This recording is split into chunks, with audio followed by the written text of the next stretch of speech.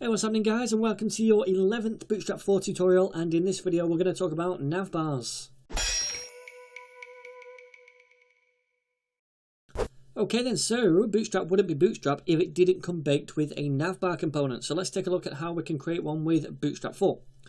So the first thing we're going to need to do is create some kind of surrounding wrapper for the navbar. This can be a div if you want, but I'm going to prefer to use a nav element because it's just more semantic. So where we're going to put this nav, it's going to be right at the top up here. So I want to come above the Jumbotron. So let's scroll right to the top, just after the opening body tag. Let's create this nav element. So nav, there we go. Now this nav element is going to have a few classes. So I'm just going to talk through these first of all, then we're going to add them in. So the first one is going to be a class of navbar. This is the main navbar class that Bootstrap uses to give us the navbar styles. Then it's going to have a class of navbar-toggable-sm. This tells Bootstrap that we're going to want the navbar to be a drop-down toggable nav with a toggle button from small screen sizes and down. Then we're going to give it a class of bg-info, and that's so it gets that background color like this, because this is bg-info background color as well. We want it to be the same blue.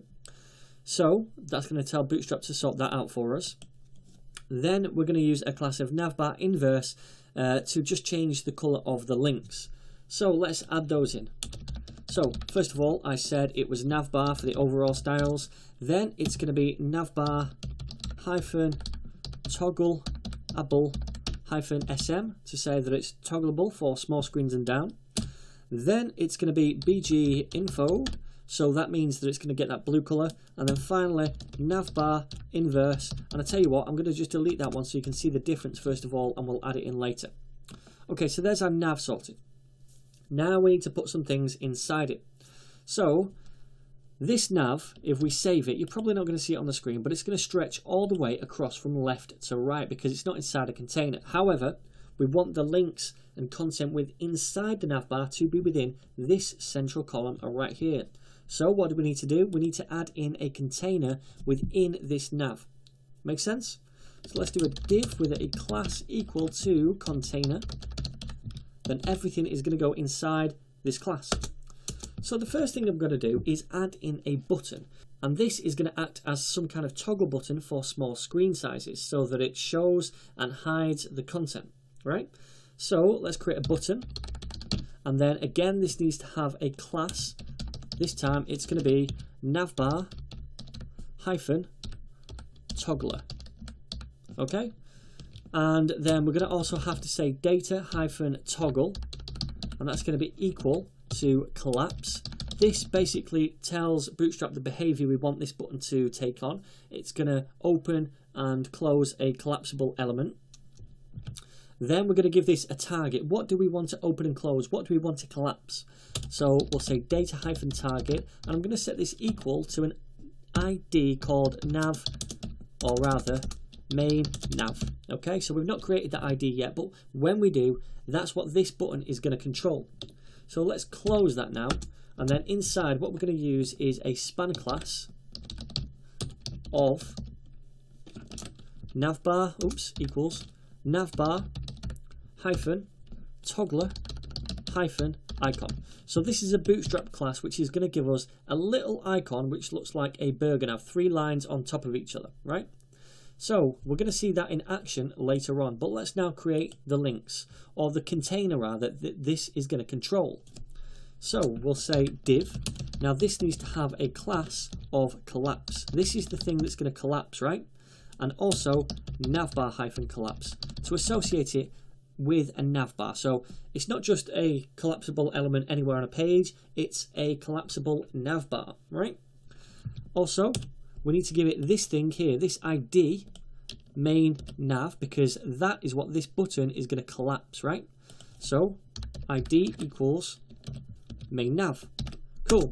So now this button is going to be controlling the collapse of this and the opening of this, just on small screens, okay? Because we've said SM right there, small screens. Okay, cool. So now we need to create the actual links, if you like. And to do that, we're going to have a surrounding class and then the links inside it, okay? So we'll say div class equals, then this needs a class of navbar-nav and that will do. So this is the nav within the nav bar, a nice way to remember it. Okay, and then in here we're just going to paste some links. Now I'm just going to copy and paste these instead of you watch me type them all out, so I'll paste them here. These are all on the GitHub page, by the way. I think it's lesson 11 branch, so you can just go ahead and download this if you want. So you'll notice each one of these anchor tags has a class of nav-item. First of all, this is telling Bootstrap that this is an item within the navigation, just a standard class. This is used to style them. Then it's got a class of nav link as well. Again, just saying that this is a link within the navigation.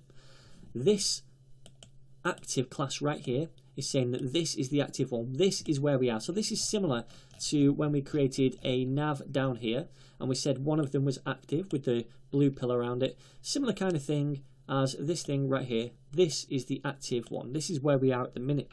Okay. So we've done each one of those. They've all got a href of just a pound symbol at the minute, but you would replace this if you have different page URLs with the URL that you want this link to go to. So we've got home, about, training, and contact, all going absolutely nowhere. Cool.